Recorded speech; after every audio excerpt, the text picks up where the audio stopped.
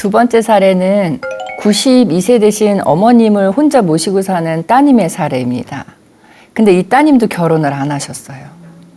그러니까 이 따님은 형제가 없어요. 그러니까 우리 요즘 하는 얘기로 그야말로 무남동녀 외동딸이에요. 그리고 이 따님은 그렇게 얘기하세요. 저하고 상담하실 때 자꾸 따님 하니까 젊으신 것 같은데 거의 70이 다 되셨어요. 어머님이 92세니까 이분이 68세예요. 근데 저는요 자라면서 부모님의 극진한 사랑을 다 받고 자랐어요. 왜냐하면 혼자니까.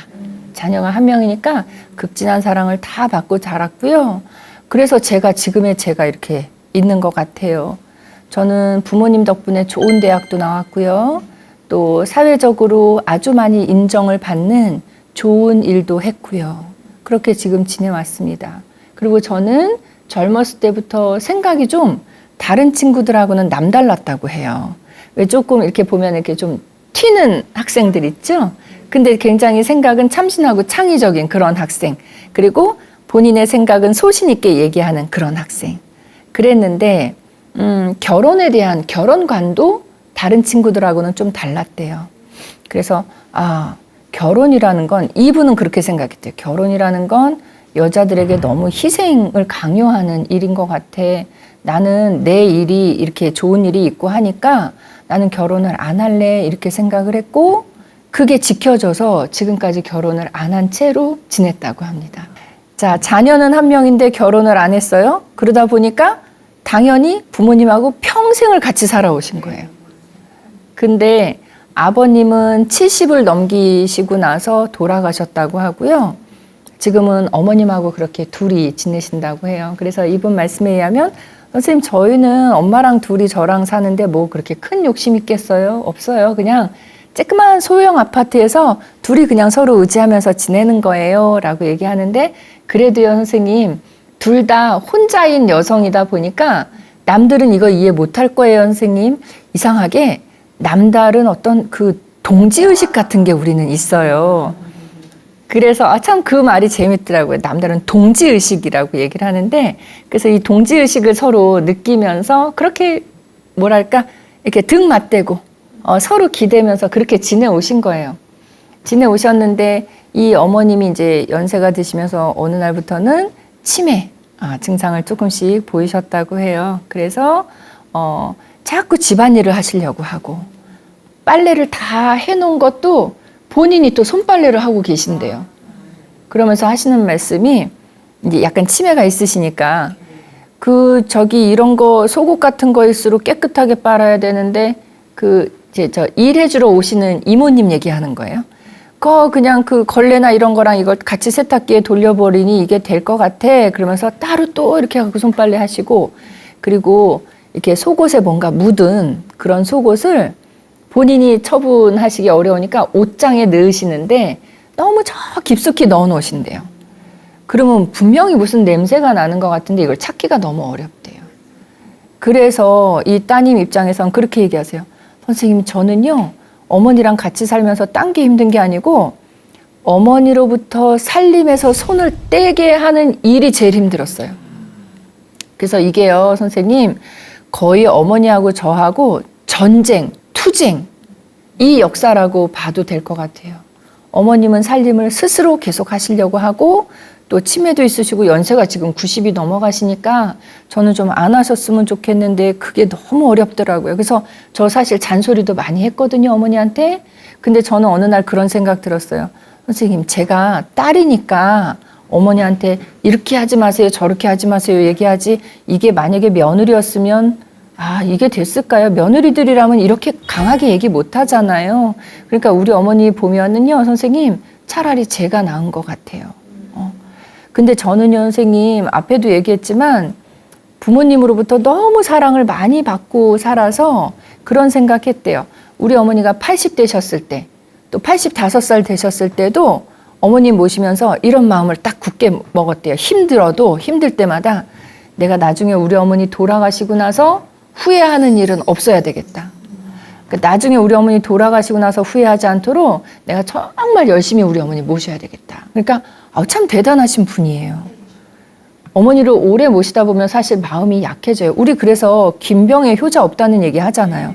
근데 이분도 김병에 효자 없다는 그 말이 들릴 만큼의 어떤 그 힘든 상황이 딱 고비가 되면 그렇게 마음을 먹은 거예요. 나중에 후회하지 않게 나 열심히 해야 되겠다.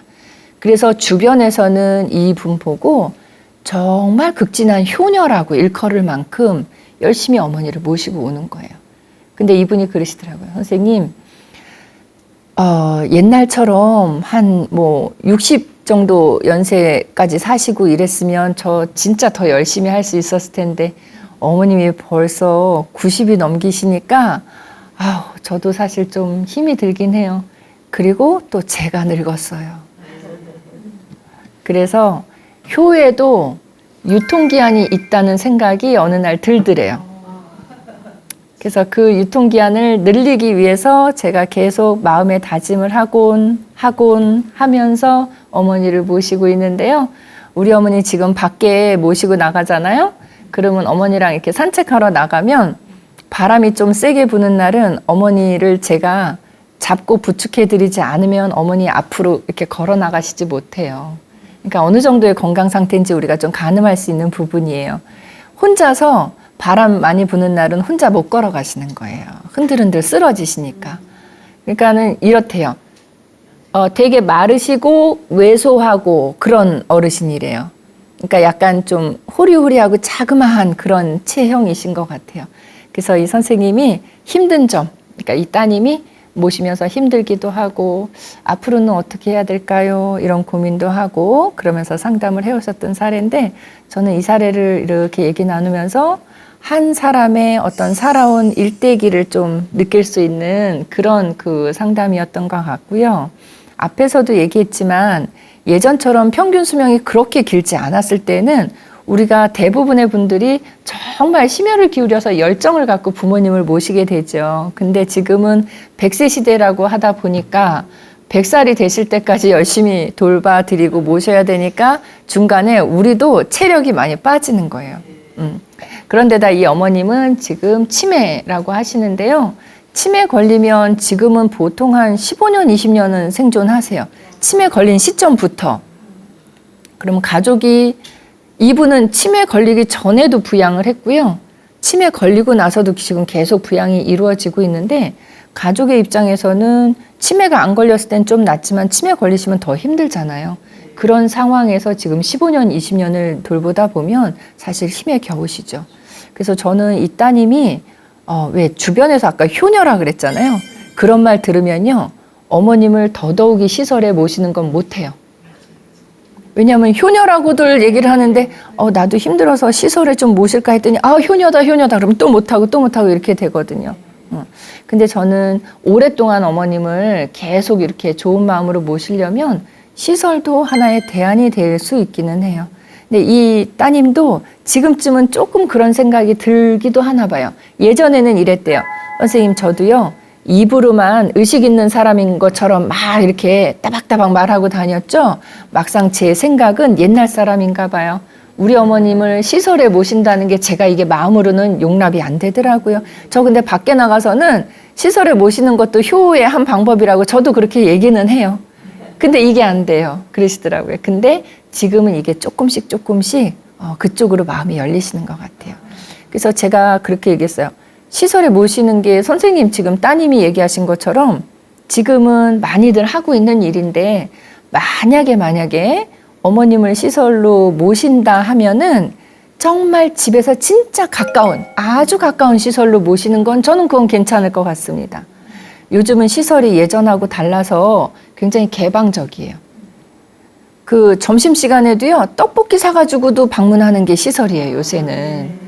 옛날에는 막 이렇게 한 달에 한 번, 2달에 한 번 막 이렇게 막 음식 막 많이 만들어갖고 모처럼 방문하는 거였는데 지금은 그렇지 않아요. 미리 연락만 드리면 점심시간에 따님하고 같이 식사하실 수 있는 공간도 따로 마련이 되어 있어요. 가족들이 그렇게 할 수 있게.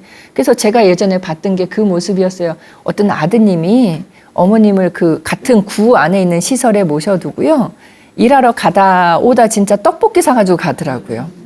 그러니까 요새는 그렇게 할 수 있으니까 너무 이제 시설에 대한 마음의 벽을 너무 높게 잡지 마시고 집에서 무조건 제일 가까운 시설. 그리고 따님이 자유롭게 이렇게 가시려면 큰 시설보다는 저는 작은 시설이 좋은 것 같아요. 작은 시설은 5명에서 9명만 계세요, 노인이. 그러면 5분 계신다고 하면 우리가 5명이잖아요. 어르신 이렇게 사시면 그냥 가정이죠. 그게 시설이라고 얘기하기보다. 그런데 모셔두고 따님이 자주 가시면 좋을 것 같아요. 그리고 어르신들이 만약에 5분, 6분, 7분 계신다 그러면 우리 어머님 면회 갈 때, 뵈러 갈 때 간식 조금 더 사가지고 가서 그냥 이렇게 같이 나눠 먹기도 하고 부담도 없고, 저는 그래서 그런 방법이 좋지 않을까 하고 자세하게 설명을 드리니까 우리가 모를 때는 불안감이 높은데 정보를 많이 알게 되면 그것도 괜찮네 하고 불안도가 낮아지게 돼요. 그래서 이 분이 따님이 시설에 대한 생각도 조금 더 마음의 문을 열게 되셨고, 또 하나는 처음부터 시설에 이렇게 가시게 하는 게 조금 마음에 안 내키신다면 주간보호센터를 다니시게 하는 건 어떨까라는 얘기를 했어요. 그게 저는 따님에게도 도움이 되지만 사실은 주간보호센터를 권유해 드린 건 할머니한테 더 도움이 되기 때문에 말씀을 드렸어요. 지금은 제가 이제 편의상 주간보호센터라고 말씀드리는 거지, 정식 명칭은 주야간보호센터예요. 밤 10시까지 문을 열기 때문에. 근데 여기를 장시간 보내드리는 거 말고 오전이 됐든 아니면 애들 유치원 갔다 오듯이 한 오후 2시까지라든가 이렇게 주간보호센터를 어머님이 다니시게 하면, 사실 지금 따님은 저하고 상담하지만 어머님도 따님하고만 있는 거 지겨울 수도 있어요. 주간보호센터 가면은요, 일단 또래들이 있으니까, 같은 친구들이 있으니까 이게 또 색다른 재미가 있으실 거란 얘기고, 주간보호센터에 가시면 프로그램이 일단 재밌어요. 어르신들에게 맞춤형이라서 어르신들 좋아하는 노래 프로그램, 또 신체활동 프로그램, 또 이렇게 인지 프로그램, 그림 색칠 공부 얼마나 좋아요. 그리고 식사도 몇 끼, 영양 상태, 칼로리 맞춰서, 여성 노인들이라 그러면요 1600kcal에 딱 맞춰서 식단이 나와요. 자, 우리 1600kcal도 낯선데 할머니 식판에 이렇게 밥 받으시잖아요. 그거 딱 정확하게 1600kcal예요. 그 다음에 또 뭐가 있냐면 6가지 식품군이 딱 골고루 들어가 있어요. 우리 집에서 6가지 식품군 챙겨 먹냐고요? 아니죠. 국 하나, 밥 하나, 반찬 3종류 이상, 거기다가 후식 들어가요. 그리고 간식 들어가요. 그러니까 제가 2, 3시쯤까지 계시다 오시라는 이유가 그때 간식 주거든요. 그럼 간식까지 딱 드시고 오시면 되잖아요. 그러니까 너무 좋아요. 할머니들 1600kcal요, 할아버지들은 2000kcal예요. 그것도 식품 영양학과 나오신 선생님이 영양 칼로리 이게 맞춰서, 밸런스 맞춰서 딱 식단 알맞게 영양식으로 짠 거, 그거 제공해 드려요. 그러니까 건강 유지하시는데도 일단 좋고요. 친구들이 있으니까 좋고요. 그리고 프로그램 재밌으니까 좋고요. 집에서 따님이 돌봐드리는 거 물론 좋아요. 좋은데 단조로울 수 있어요. 그리고 따님의 컨디션에 따라서 이 어머님에게 제공되는 게 달라질 수 있어요, 질적으로. 근데 주간보호센터에 다니시면 일단 선생님들이 많아요. 직원도 많지만 프로그램별로 외부에서 강사 선생님들이 오셔서 진행하니까 좋아요. 게다가 저런 것도 있어요. 발 마사지 프로그램. 봉사팀 한 번 오잖아요. 그러면 할머니 누워 계시고 발 마사지 싹 해드리면 다 몸이 이완이 돼요. 우리 그거 해외여행 가면 돈 주고 받는 거잖아요. 근데 그거 해준단 말이에요. 전문가들이 전문 기구들 갖고 와서. 그러니까 얼마나 좋아요. 그래서 저는 여러 가지로 따님보다도 할머니한테 더 필요한 것 같아서 주간보호센터는 권해드렸습니다. 그래서 아까 시설에 대한 정보도 드렸고, 아까 시설 처음에 얘기해드릴 때 따님이 눈이 반짝반짝 하셨어요. 집 가까운데 그렇게 5분 정도 계시는 시설에 우리 어머님 모시면 좋겠다. 들어보니까 이거 괜찮네. 솔깃하셨어요. 그 다음에 주간보호 얘기해드렸더니 여기가 더 좋겠네. 또 이렇게. 어떤 거든 좋아요. 그 다음에 또 하나는 요양보호사가 우리 집에 와서 어머님을 조금씩 돌봐주시는 거, 그거를 이용하셔도 좋을 것 같아요. 근데 제가 개인적으로 만약에 추천을 해드린다면 이 3개 중에서는 지금은 아무것도 이용 안 하고 계시는 상태니까 주간보호센터 이용하시는 거를 제일 먼저 시도해 보시면 좋을 것 같고요. 그렇게 하시다가 어머님이 지금 92세지만 시간이 더 흘러서 더 이제 체력적으로 안 좋아지시고, 근데 밖에 외출할 때 누군가 부축해주지 않으면 걷기 어려우시다라는 얘기를 제가 그 얘기를 계속 강하게 기억하고 있거든요. 그렇다면 더 이상 집에서 이렇게 돌보기는 좀 어려워질 수도 있어요. 나중이 되면. 그때에 가서는 시설을 생각하시면 될 것 같아요. 그래서 첫 번째는 주간보호, 두 번째는 시설로 염두에 두시고, 주간보호는 사실 아이들 키우는 집 같은 경우는 유치원 보내는 거랑 같잖아요. 그러니까 그렇게 이렇게 어디다가 보낸다 이런 개념은 아니기 때문에 그냥 그 사회교육 프로그램 뭐 이런 차원에서도 이용하실 수 있어서 좀 부담이 적을 것 같아요. 그래서 주간보호부터 먼저 시도를 해보시면 어떨까 하는 생각입니다. 저는 이제 마지막으로 이 두 분의 그런 딸과 어머니, 지금은 옛날하고 없었던 가족 형태들이 많이 생기잖아요. 노인 두 분이 사시는데 부부, 노인 두 분이 사시는데 지금처럼 엄마와 딸, 노인 두 분이 사시는데 엄마와 아들도 있어요. 그러니까 이렇게 참 옛날에는 생각하지 못했던 다양한 가족 형태가 생기는데 그 가운데서도 이 두 분 참 모습이 보기 좋았고, 아까 그 동지의식 끝까지 잃지 않으시고 계속 따뜻한 관계 유지하시면서 지내시길 바라는 마음입니다. 이번 사례 함께 들으시면서 궁금한 점 있으시면 질문 주시면 질문하시죠. 저도 이 사연에 나오시는 분처럼, 그러니까 지금 현재 생각은 비혼주의를 지금 그러셔요. 그래서 계속 결혼하고 싶진 않거든요. 근데 지금 이제 홀어머니 계세요. 근데 이제 여동생은 결혼을 했어요. 근데 결혼을 해서 그런지 모르겠지만 제가 그냥 생각했을 땐 제가 결혼을 안 하고 있으니까 무슨 문제만 생기면 저한테 연락하시고 부르고 그러니까 아무래도 나중에 어머니를 제가 모셔야겠다 그 생각을 하고 있거든요. 그럼 나중에 모실 때 제가 뭘 준비해야 될 게 있으면 미리 좀 알고 싶은데 그래요. 좀 알려주실 수 있나요? 그러게 요 댁이랑 비슷하시네요. 그렇죠? 그럼 결혼을, 근데 그건 또 몰라요. 지금 비혼주의인데 나중에 할 수도 있어요. 어쨌든 저는 나중까지 지금 따님처럼 결혼을 안 하실 수도 있고 뭐 결혼을 하실 수도 있고, 가능성이라는 건 100%도 없고 제로도 없으니까. 그런데 아까도 잠깐 그 사례에서 말씀드린 것처럼 결혼을 안 하신다 해도 같이 사시는 것도 괜찮지만 어머님이 건강하시고 이렇게 활동도 친구분들도 많이 만나시고 하는 분이라면 수정확대 가족이 어떨까 하는 생각이에요.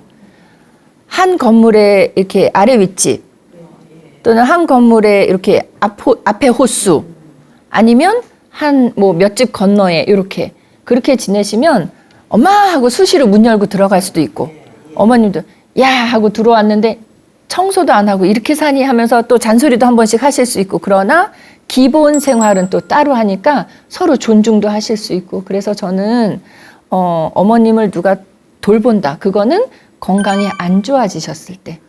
지금 선생님은 물론 부모님에 대한 어떤 사랑 또 효심이 있어서 이거를 질문을 하셨지만, 지금 현재 어머님한테 이 얘기를 제가 해드리잖아요. 그럼 어머님이 웃으실 수도 있어요. 너나 잘 살아라. 나는 그냥 나 혼자 살 거야. 이렇게 생각하실 수도 있어요.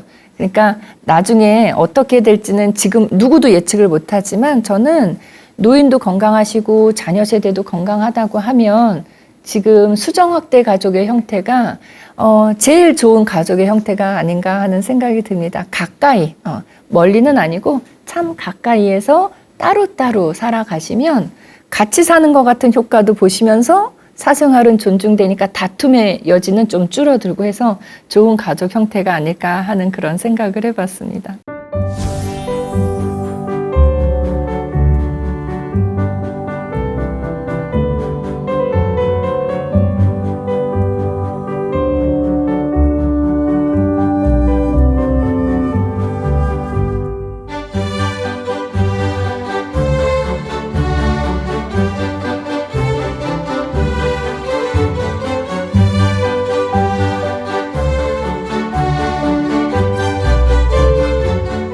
자, 오늘 이렇게 두 편 사례를 통해서 우리가 의사소통의 중요성에 대해서도 다시 한번 생각해 볼 수 있었고요. 또 부모를 생각하는 마음, 이게 어디까지 초록불로 계속 이어질 수 있을까에 대한 그런 생각도 다시금 해봤습니다. 오늘도 감사드리고 다음 주에도 또 다른 사례를 갖고 찾아뵙겠습니다. 감사합니다.